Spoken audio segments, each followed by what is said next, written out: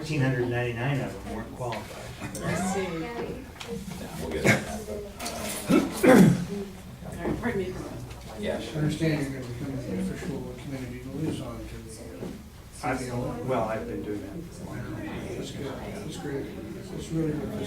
It, I think Mark Fudge was really pretty passionate about that. Oh, yeah. I mean, and I'm glad that I started doing that. Okay. Hi, Mayor. Anywhere you want to sit, Mayor. Anywhere? Anywhere. Yeah. We'd love to have you come in and sit at the Oh, table. in the room. That's Right, the right. bar next door. She's used to. So we have a choice, like, I was feeling pretty good here. there's two. I just want to let you guys know, 27 is open after all hearing. Oh, yeah. So if it gets really overcrowded. Thank you. This is working out good. No, I just. What we do is first row fills up and second fills up. Oh, that's a good thing. You may hear, and I hear from the chair. This normally accommodates us. Utah, wasn't it? You were on the band. Oh, let's see. Do you have a? just bring it out. Paul is. For real? I can minimize your done. Well, do you want me to bring it up and then just that way when Yeah, I'm ready, you can just pull it up? Yeah, but Yeah, it goes. And There's some chairs back here too. we had a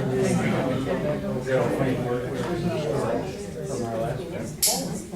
We were down there and then went, right. All right, let's see. We're gonna stack people in here.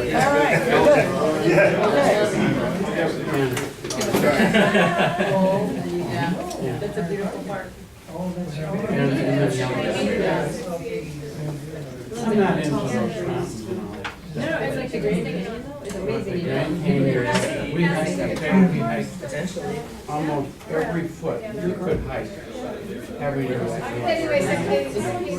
You don't realize quite the elevation. You get down there, you go, oh my God, I gotta get back up this hill. Where was this at? Grand Canyon, How many feet is it, like 4,000 or 5,000 or something? Oh, no. This is in. No, it was actually about, Yeah, if I had to guess, I'd say 1,500. yeah, Oh, but it's just, you can go down the waterfall. So if you want to, you can pull But it there's up. so many. I can see them. See Old Faithful? I did, but I just don't go for that stuff. Well, I mean, you have to take a move. well, It's only 50 minutes, so it's very convenient. Well, but Getting the steam in the they chamber. have this circle of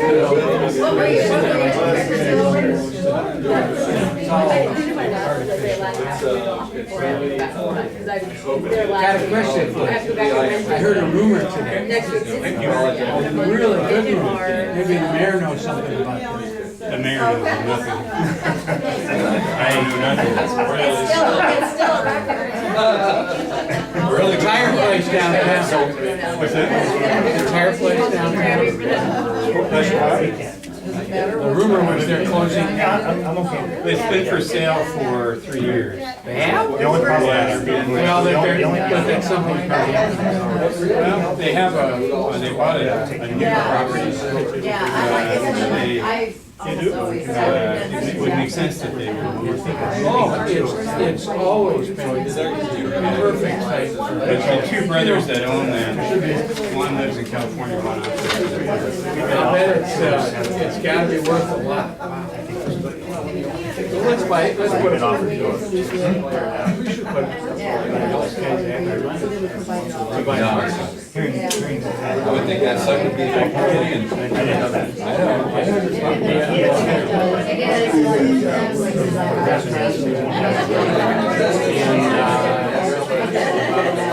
We're gonna move out to 207, so those of you that are near the door, we're gonna go to 207. Good idea. We'll beat the fire marshal decision. Yes.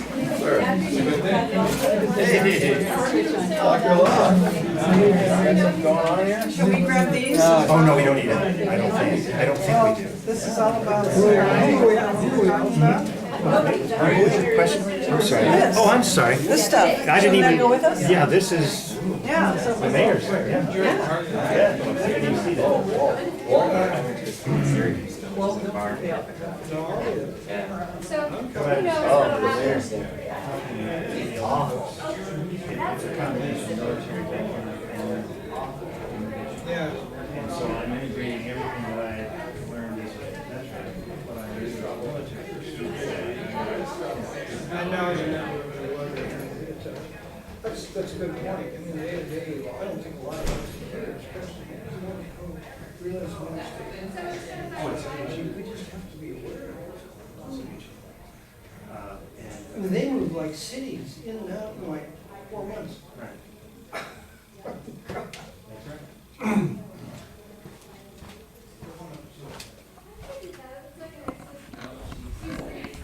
Oh my.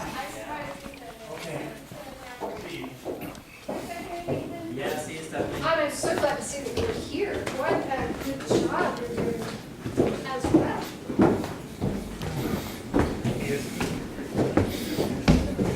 He's doing a concert in October, so he's You young guys can do it.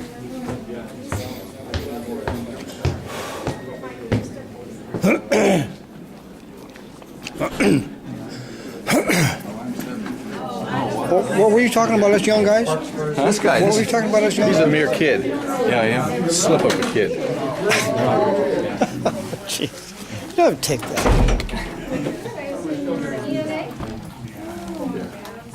It's not gonna have the perspective of the neighborhood leaders that are on the committee. Disappointing to me. That's the way it is. Rob Richards, DNA. He's not coming. He told me he didn't think he can add much to the discussion. Here as well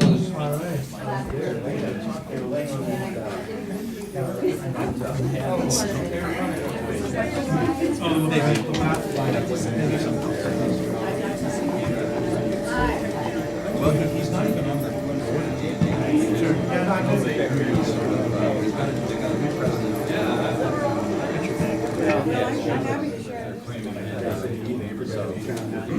don't know if he's scaling out of this completely.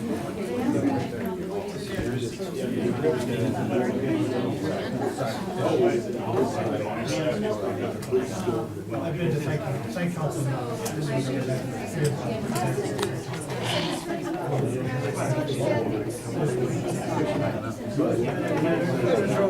He said he wants to concentrate on the business, you know, he's got that ambassador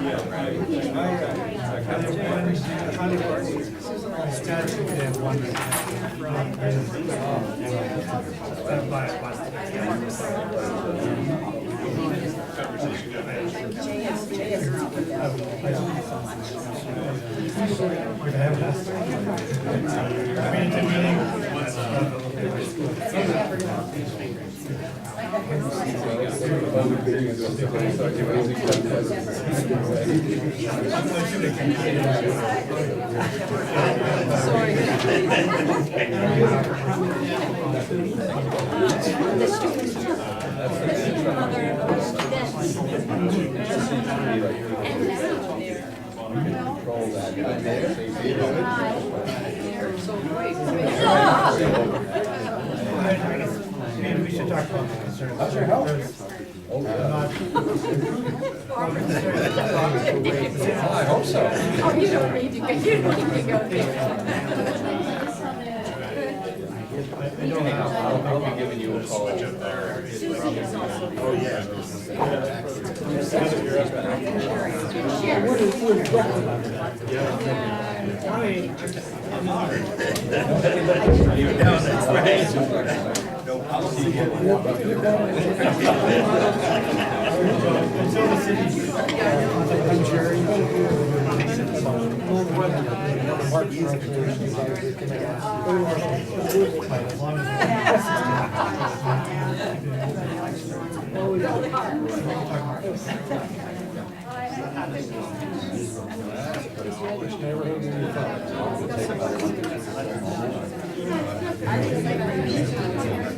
I'd like to call the meeting to order.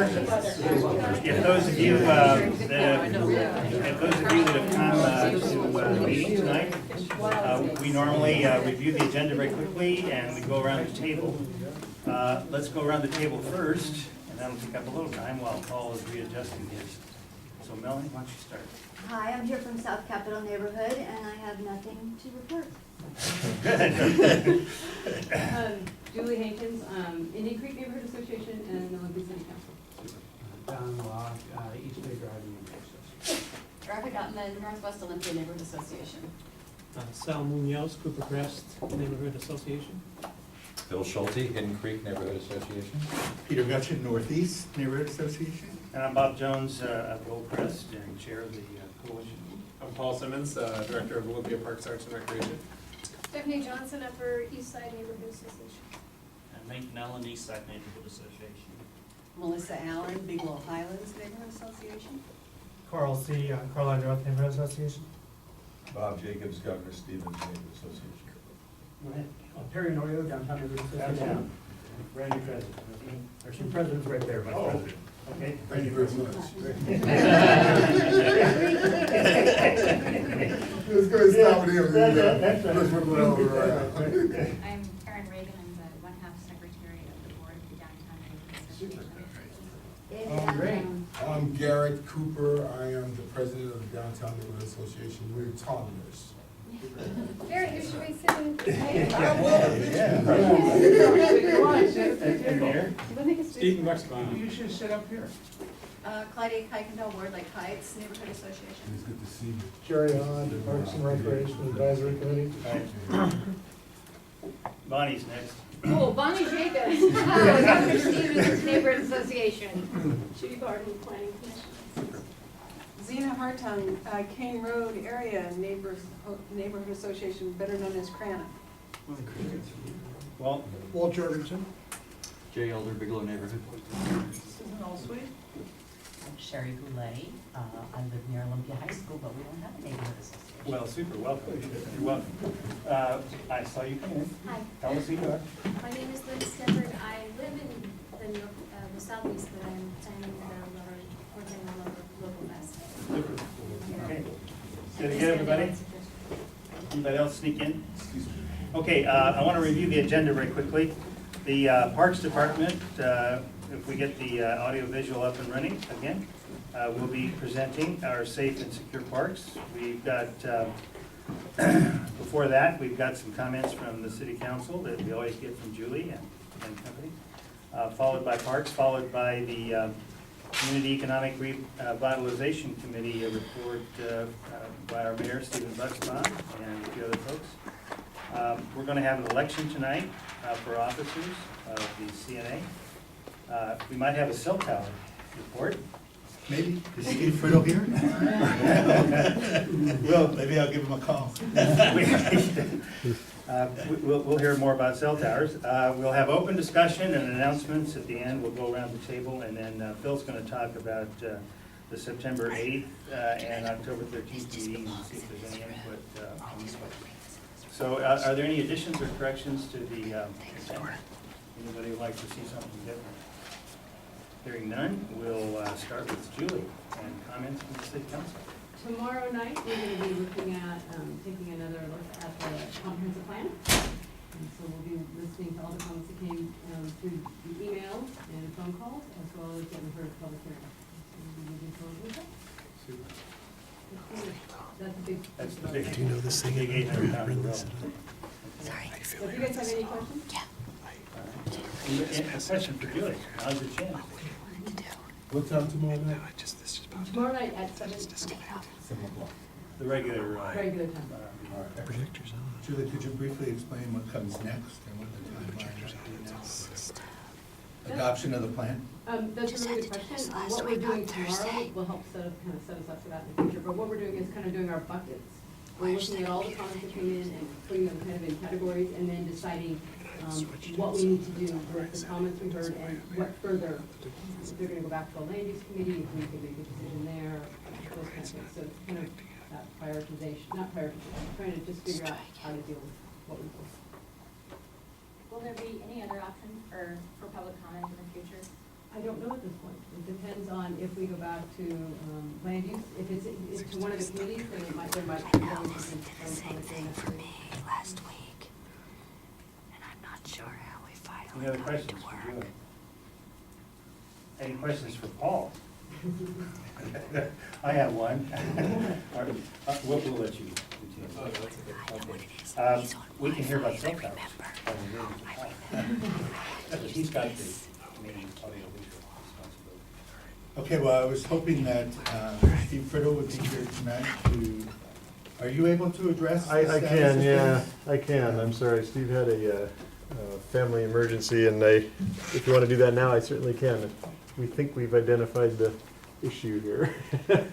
So, Okay. Well, why don't you go ahead Jump in? and we can. so for those of you who don't know me, I'm Leonard Bauer with the Community Planning Development, and Steve sends his apologies. He had a issue with one of his children he had to go take care of. But he did give me a few notes on the ordinance for the wireless. And we do have a draft, and I apologize, you wanted to extend apologies for the length of time. We had quite a bit of back and forth with both our consultant who's helping with this, with AT&T, and with, also later on, the Heritage Commission. I don't know if there's anybody here from. Rachel normally represents them. Yeah, they also She reviewed had it another obligation. and had an input into the historic district aspects of the ordinance. But we do have that now, we do have a draft ordinance, and I believe that the next step after tonight would be the subcommittee here for the coalition. Hopefully we'll have a chance to look at that and get some feedback and work and meet. We'd be glad to meet with you on that. And then the schedule is for the Planning Commission to have their public hearing on September 8th. And then deliberations following on after that. So really, just a quick kind of setup on what it covers. There's a hierarchy in the ordinance, much like there is for our current ordinance, but this modifies it slightly to emphasize really a preference on co-locating where existing facilities already are. So if a new one is proposed, it would need to be co-located first. That would be the first resort, if you will. Allowing as a last resort in a historic area, and the Heritage Commission did look at that and say, yeah, if there aren't other options, there are ways to put it into a historic district that aren't visible, that are ways that we can do that without the impacts on that, and the Commission was supportive of that.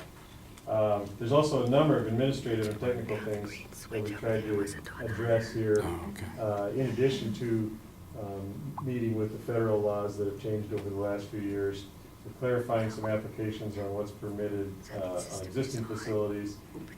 One of the most important pieces is defining what is a need on the part of the industry that's putting in the application. How do they demonstrate, and what kind of information can they use to demonstrate the need for a new facility? And that's one of the most important pieces, I think, to everyone who's been looking at this, including the neighbors as well as the city. And it looks at both voice and data use. Some ordinances actually only address voice and ignore data, and the capacity issues for the industry are a combination of the two, and obviously I think any of us who has a phone know that we have a lot of people use it more for data than they do for voice, and so those are the demands. The growth demands are driven really more by the data usage. So this tries to address both of those in combination and look at demonstrating need based on both of those rather than just the voice. So that really high-level summary based on the notes that Steve gave me, and again, apologize that he can't be here, but I know that Peter probably has some things to add, or his subcommittee may want to just restart as well. Well, thank you, Leonard. And our subcommittee, I think there were about 12 members, some of them are around the table here, met back in February for the first time.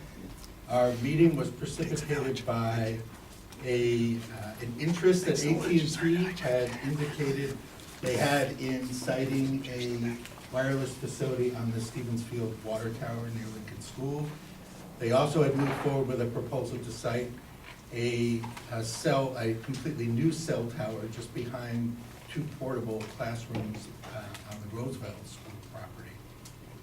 And at the same time, they submitted what's called a text amendment request to the city to amend our code, one, to help bring it into compliance with new federal and state regulations, that further preempt local authority over the siting of these facilities. So the city hired a consultant to help review our current ordinance, to look at what needed to be done to make it in compliance with these new regulations. And our subcommittee has been reviewing that report, and just this afternoon we got this 42-page document that represents the suggested revisions to the ordinance. So I'm going to be contacting members of the subcommittee, and both Victor and Phil, Victor Manjaris and Phil have been working with us to review these language changes in more detail. My hope is that we're going to come out of this with a set of recommendations that we can share with this group in preparation for the Planning Commission public hearing on the 8th. Unfortunately, that conflicts with our next CNA meeting, so some of us may not be here. We'll be providing testimony on this particular item. This has been a challenging issue to work. We had facilitated a meeting between 3 representatives of AT&T and representatives of the East Side neighborhood, the Northeast neighborhood, and Lincoln School and the South Capitol neighborhood. And we made some progress with AT&T. They have backed away from both the Roosevelt School and Stephen Field's proposals, and they have been working with us to identify alternative sites. And we're hoping that we'll be able to get in front of the conversation around new sites, so we're not surprised like we were with those that came forward recently. I want to acknowledge all of the hard work that Steve Friddle and the folks at CP&D have been doing. This has been a challenging, much more complex issue to address than it appeared it would have. It was when it was first presented to us. So I'll continue to keep everybody updated about developments on this front. Every municipality around the country is now having to deal with a similar challenge, because most of the ordinances nationwide are now obsolete and out of date. So there are a whole variety of complex issues that I could go into tonight, but I'm going to refrain from that. You'll have more to say after you. Any questions for Peter or for Leonard? Yes. Leonard, has the draft changes to the ordinance been given to AT&T? They have, Yes. we worked with them Okay. actually on a couple of issues to just get reactions and input from them as well. Right now, we don't know yet what their reaction is to this most recent draft, but I think we're pretty close in terms of not only addressing the things that they were looking at in a way that the city of Olympia would like to do, but also addressing some of the other things that we need to address as a city that they hadn't brought up. Okay. So hopefully we'll be at that point, but we'll find out between now and the Planning Commission hearing. And I've been in regular contact with AT&T as Right. well to ensure, again, we know what they're up to in terms of their interests locally, and to share with them the progress we're making Right. as the CNA and with the city in drafting this ordinance. So they just received this afternoon Right. as well. Have we looked at costs? Who paid what? For the facilities themselves, or? Right. Well, the cost of building the facility rests on the applicant, Okay. the industry, whoever, whether it's AT&T or Verizon or whoever it is. We've had a number of these in the past. Really the ordinance is addressing kind of where can they locate, how does that decision get made where they locate? How do they demonstrate the need that they need to locate a new facility? Can they co-locate it where they've already got some other facilities, so it's not a brand new location? Those are the kinds of things the ordinance is trying to really get to. And the city does, many of the facilities within the city of Olympia are located on city property, and the Mhm. city generates some significant lease Mhm. income for those facilities. Has there been any contact with other providers?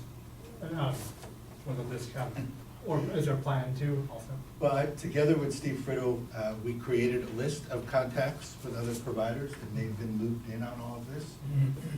I don't know what's happening behind the scenes, but AT&T is certainly front and center. And we haven't heard anything from the other carriers.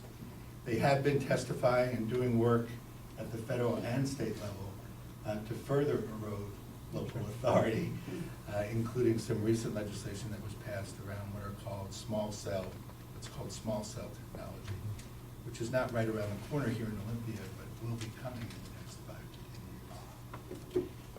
And that anticipated my question. Yeah. We shouldn't take this lying down. The cell phone industry is extremely powerful in DC. We need to be working through the Association of Cities. We need to at least send letters to our congressional delegation, telling them we need control over our own community.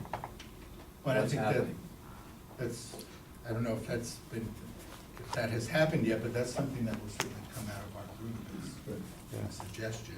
And I know as a city, we've been in touch with the Association of Cities at the state level. I'm not sure of the extent if this issue, if we've had any input at the federal level. Well, and there's also the National League of Cities that has weighed in on this. And there's an Association of California Cities that has been most active on this front, and they've provided some very Because if we don't powerful stand up, testimony. they'll just steamroll. That's the way they do. Other Yes, Sal. So along those lines, are we fighting to keep the conditional use permit process for the city? Yeah, and I haven't gone through the newest one yet. I think the conditional use remains where, in almost every case here, and I'm not sure, Peter, if you've even had a chance to look No, I at that haven't had a yet. chance to look, But yes, that's the process we use. My understanding Yeah. is that, and there was an interest from AT&T in part driven by their interest in siting on the Stevens Field Water Tower, which is in a historic district. These facilities were completely prohibited in historic districts. The new ordinance will allow them in historic districts, but they will be on this list of preferences for where they get cited at the bottom, along with critical areas. Right. So, just a clarification, there is a table 44.1, which says that for wireless control facility modifications, not substantial change, they are permitted in every group zone. Right, yeah, so the modifications to existing facilities, and that is actually something that is addressed in the federal law as well, that we are required to do, is allow at least, Not new ones, no. not new ones, but the modifications to existing What ones. they call Yeah. modifications. So our original plan was, the reason that we had this on the agenda for tonight, it was originally on the Planning Commission's agenda for July 21st. We asked for some additional time so we'd have a chance to bring the wireless committee together and discuss this. We're not going to have that opportunity in the same sort of way we would have if we had gotten this sooner. But we'll make every effort to understand about what we discover as we review this amended draft. And again, I'd certainly offer staff at any of the subcommittee meetings, we would be glad to come and answer questions and talk this through with you if you'd like. Any other questions for Peter or Leonard? Okay. It's now my great pleasure to announce that we're ready to go with the parks and Sure. All right. Well, I'll go ahead and get started again. For those of you who didn't hear at the beginning, I'm Paul Simmons. I'm the Arts and Recreation Director for the City of Olympia. And for those of you who are not familiar with our department, or overly familiar, our brochure came out in the mail and was released this month, so I'll go ahead and pass that around. Feel free to take a look and sign up for a program or two if you're interested. And then with that, we'll jump into why we're here, which is I'm here tonight to talk about the Safe and Secure Parks Initiative. I'd like to thank you guys for allowing me some time on your agenda. I see it's a busy schedule. I really want to preface this by saying we're not making this presentation or sharing this information to scare or alarm people, but rather we want to make sure and inform people of a reality that our patrons and our staff are dealing with every day. The hope is also to really build support in helping us to address this problem. So again, we're not trying to scare or alarm people, and as we go through this, there are alarming statistics, but really the point is to help acknowledge the reality we're facing and build support moving forward. This initiative was born out of a few different things that happened. I started working for the city back in November. It's hard to believe it's been 10 months already. And one of the first things that I did when I arrived is we held one-on-one staff meetings with every full-time employee within our department. Over half of the employees raised a serious concern about their safety and well-being going about their daily duties. Mostly fear of being poked by a needle, or also just some safety and some concerns of some altercations that have happened, and threats that they've received just in the course of doing their regular job duties of cleaning and maintaining the parks. I also attended a couple CNA meetings, and I had folks talk to me after the meetings and raise concerns about needles in our parks and some of the dangers that they had experienced. I had citizens arrange meetings with me and express their concerns and share some of their experiences, and all of those things led to the creation of the Safe and Secure Parks Initiative, which our staff began last March. I'd like to take a second and just acknowledge the bigger issue and just say, you know, this is not simply a parks problem. This is an issue that's facing our whole community. And there are a lot of different efforts that are working to try and address this issue. The Clean Team, Everyday Downtown, OPD has instituted drug-free zones. In April, there was a non-city organized event where over 400 volunteers got together and cleaned the streets, including parks and other areas of town. And to me, that really says something with the community, you know, not organized by a city, not organized by any, you know, formal organization, just rallied. 400 folks got together and said, we need to do something about that. And I think that really says a lot about the character of this community. The other thing too, before we move on past this, I just really want to, you know, with our staff, we've talked from the beginning about establishing realistic expectations. As Parks and Arts and Recreation staff, we don't have the ability or the resources to solve this problem. But that being said, are there ways we can go about our daily operations that we can better manage it, that we can maybe create a little bit more safer and secure parks and facilities for our patrons? So, so the first thing, you know, why do we care about this? And I think the fact that our parks need to be safe and accessible is a basic premise that just about everybody can get behind. The reality is right now we're losing program participants, we're losing rental revenue, and it's having an impact on our reputation as a department and our programs that we have. We also have an issue where our employees, you know, if they don't feel safe, it's hard for them to focus on their job, and when they have to tippy-toe around things, it changes how effective and efficient they can be in the course of their daily duties. This problem, you know, I think it was before I was here, it really started to surge last August, and the department started instituting a few changes when Sean was the interim director, and just trying to slowly address the problem. And they also, at that time, last August, they began tracking needles, or tracking different issues, but one of them primarily was the amount of loose needles that were picked up. The information wasn't super consistent, and it really did focus on the needles. And when I say it wasn't consistent, it wasn't consistently tracked, I guess is a better way of saying it. We had our rovers and some of our park staff were tracking it very thoroughly and consistently, but our landscapers maybe weren't as focused on it. Our ball field crew, you know, if they found something, they didn't necessarily track it. Our Olympia Center staff had a different method of tracking that wasn't consistent with the park staff. And so it was, although the effort of really trying to get our arms around what is the problem, what are we facing, although that started, it wasn't fully consistent.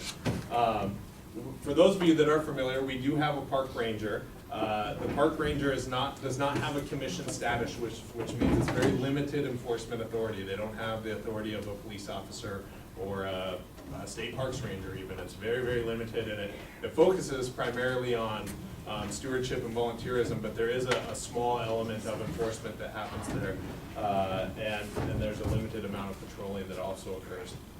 So what happened in May of 2014, and I'm sorry, this line, I was a little choppy here, I didn't flip the page on my notes. But in May, what we did after we started this initiative is really clean up how we're tracking and make sure that everyone is consistent. So you'll see as we get into the data that there will be a spike in the statistics in May. And part of that is probably the fact that now everyone is on the same page, everyone's using the same form, and everyone's tracking consistently. So what are the numbers? What are the data collected? From August 2013 to July, over the course of the last year, we've picked up 1,138 loose needles and 869 pieces of drug paraphernalia. This spans over 27 of our 42 parks. It's not just a downtown problem. And in the Olympia Center, even where we have programs, we have staff, we have disposal boxes, we still tracked 55 loose needles and 16 pieces of drug paraphernalia throughout the facility. Excuse me, is that inside or outside? That is inside. That's Inside. inside the facility. Oh, my goodness. So there's a chart, and you'll see a big spike in May, just tracking or just showing the different numbers that we tracked. And again, you know, does that spike in May, is that a result of our tracking methods? Is it a result of the fact that we have more parks maintenance staff seasonally, so they're out there more and finding more? Is it a result of more people traveling through town? It's probably a combination of all three, but it just kind of demonstrates that the problem is still very present for us and on the rise. And now that we have a full year of data, we'll be able to compare that as we move forward into the next year. And again, this is simply what our park staff have picked up. So this doesn't include what volunteers picked up. This doesn't include what's picked up by other departments. This is what parks, arts, and recreation staff find throughout their daily duties. So here's a map that shows the needles by parks. You can see again, I made the comment on the last slide, or 2 slides ago, this is not just a downtown problem. That we have issues in all of our parks, and where you'll see a couple of high numbers, Yager Park and Priest Point.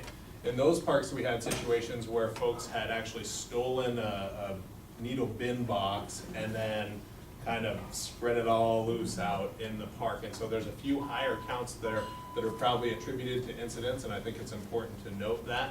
And they weren't bins from our restrooms. We don't have bins in any of our restrooms at this point. We're working on a pilot project for that, but they were taken from somewhere else and then disposed of in the parks. But you can see that the issue is throughout our park system, and it's something that we're working diligently to work through. We had another situation, you see the 130 by East Bay waterfront.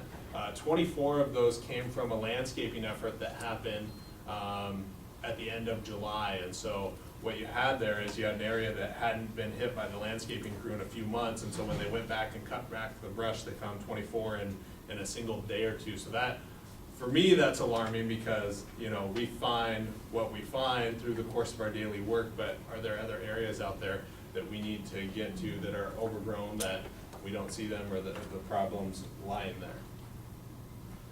What's the story behind the data? So I just showed you some of the numbers. We've had a few incidents that have happened. We had a Kids Love Soccer incident where we had a patron that was participating in March in one of our soccer programs in the Olympia Center. It was on a Saturday morning. The father took his daughter to the restroom, and there were 2 folks in the restroom. One was using illegal drugs. Another one was grooming himself in the sink. And the father, when he left there, the 2 folks they were approaching him. They were trying to be nice and say, "Do you need the restroom?" But it ended up scaring the people more than anything. And that father ended up removing his child from the program. One of the folks that had arranged a meeting with me had claimed that his daughter had crashed her bike on the Olympia Woodland Trail about 6 inches from a needle. And then we've gotten a handful of preschool complaints. You know, the complaints aren't about the preschool teacher, they aren't about the other kids in the class, they're not about the quality of the program, they're about what folks are experiencing from the time they get out of their car to the time they get to the classroom and when they use the restroom. You know, a question that we talk about at the staff level quite a bit is how many participants have we lost that just simply haven't said anything to us? You know, we've had a few people that raise the concern and bring it up to us, but how many other folks are out there are we not capturing in our programs? From an employee perspective, we've had employees poked by needles. We had an employee who was threatened at Percival Landing by an individual with a knife. After one of our park board meetings, we had an individual have threatening behavior towards 2 of our staff and had to be trespassed from the Olympia Center.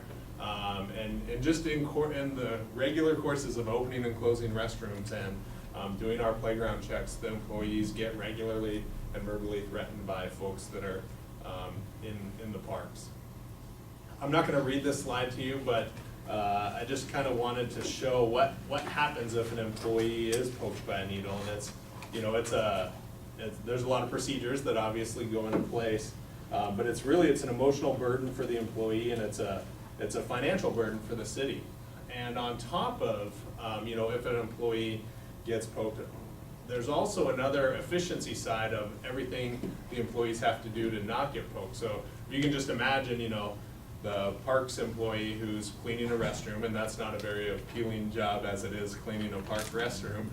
But they're going about their daily duties, and they go in and they're scrubbing it down, and they find a needle, whether it be under the toilet seat or in the toilet paper dispenser. They have to drop what they're doing, go out to their vehicle, get the equipment to safely pick up the needle, fill out the form, track it, and then you multiply that times, the 1,100 and wherever we were at with the needles, and then apply time to that. We're already short-staffed as it is, and so now you've got this whole other situation of managing behavior or addressing the needles, and it really puts our staff in it.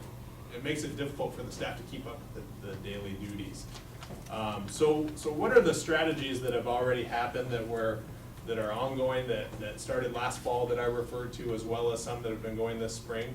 One of the things that we've started doing is reducing access to the Olympia Center to spaces where it's not being used. So if you go in, for example, we have a hallway downstairs that sometimes there won't be any more activities in that area of the building for the rest of the night. So we'll barricade it off and lock all the doors so that area is closed off to the building. So that's a new procedure that was implemented, and we're looking to expand that. We also have, believe it or not, 5 entrances into the Olympia Center that are typically open on a given day.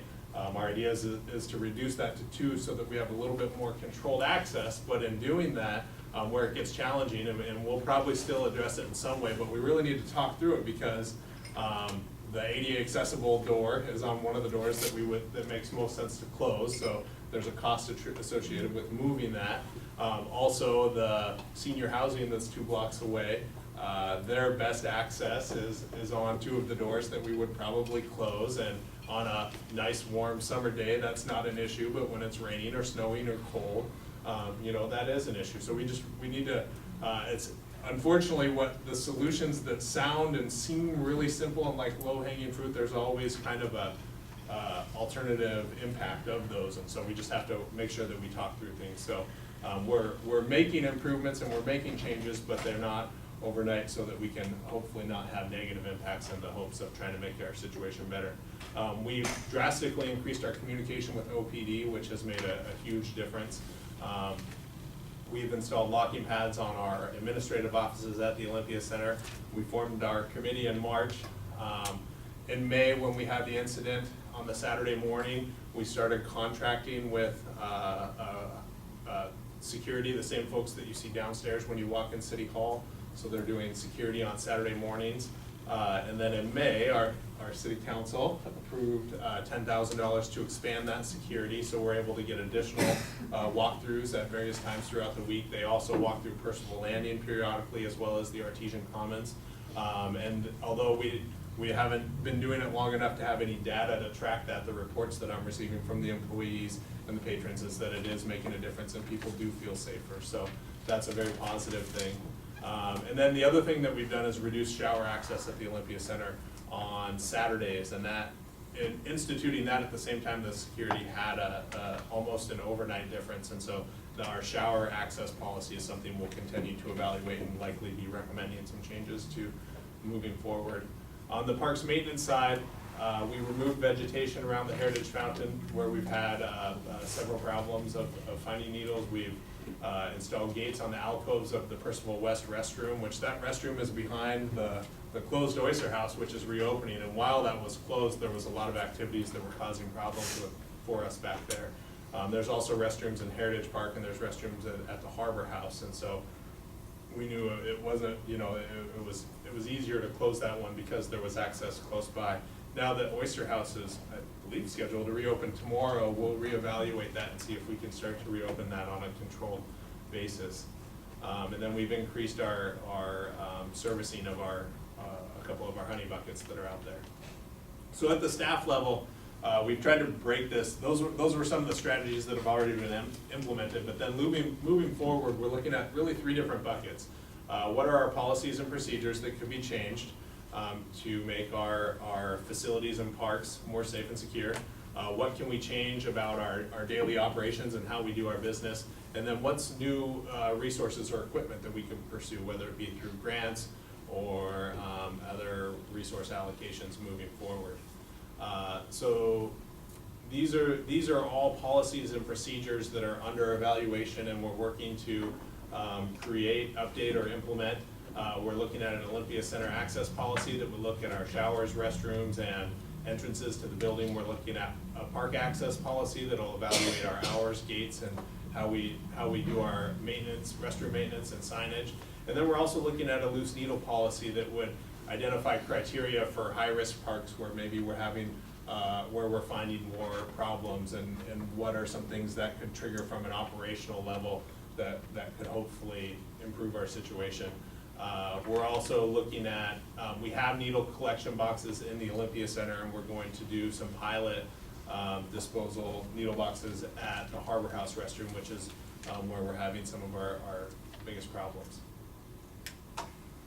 For our daily operations, we're looking at continuing to enhance the data that we're collecting and tracking and evaluating it. Are we tracking the right stuff? Are we still doing it consistently, and making sure that new seasonal staff are up to speed on our processes? We're looking at our staff training. What are some things that the staff could do to de-escalate situations? When do we call the police? What do we do prior to calling the police? What information do we need once the police are called? And then also just communicating this to our employees, to our partners that we work with, and to other community members such as this group here.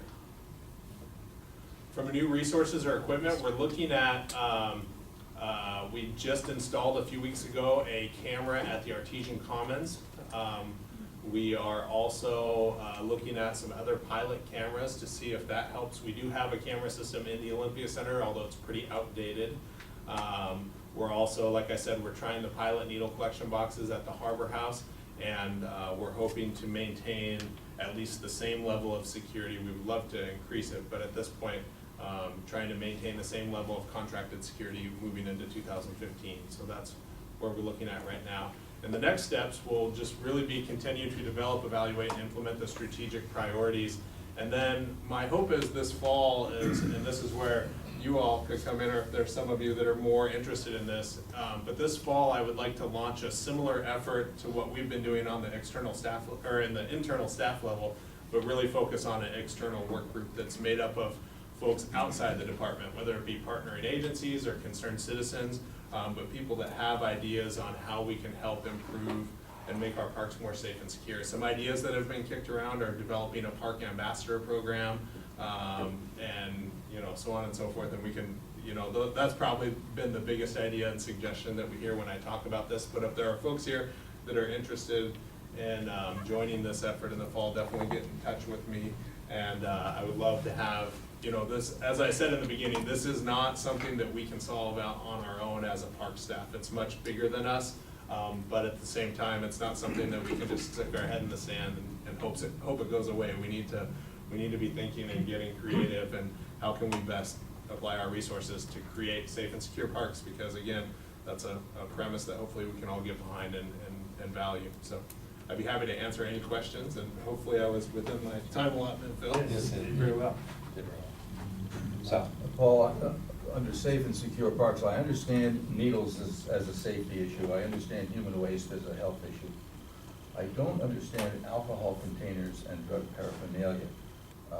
I'm the park steward for Trillium Park, and I find those two categories of things, every time I go down there, I don't consider them dangerous at all. I don't know how they could be a problem. So just my suggestion is, as you're refining this program, you might want to consider dropping those statistics, because I think they just unnecessarily balloon things and may divert resources from what really matters. When you go into a park and you have a kid in the park and you have something like meth in a bag, a little plastic bag, that's paraphernalia. That is a very dangerous thing, so it should be still there to know who's using where. So if you can get the statistics solid, and you know where you're dealing with people and whatnot, it just should still be part of it, because you don't want to exclude that element out of there. You know what I mean? What I'm referring to is they frequently take a plastic soda bottle and modify it Yeah, such that okay. it can be used to inhale drugs of Right, that's whatever kind. trash, yeah. And maybe it's a matter of defining more precisely What is. which kind of paraphernalia is really dangerous to the public and which isn't. Thank you.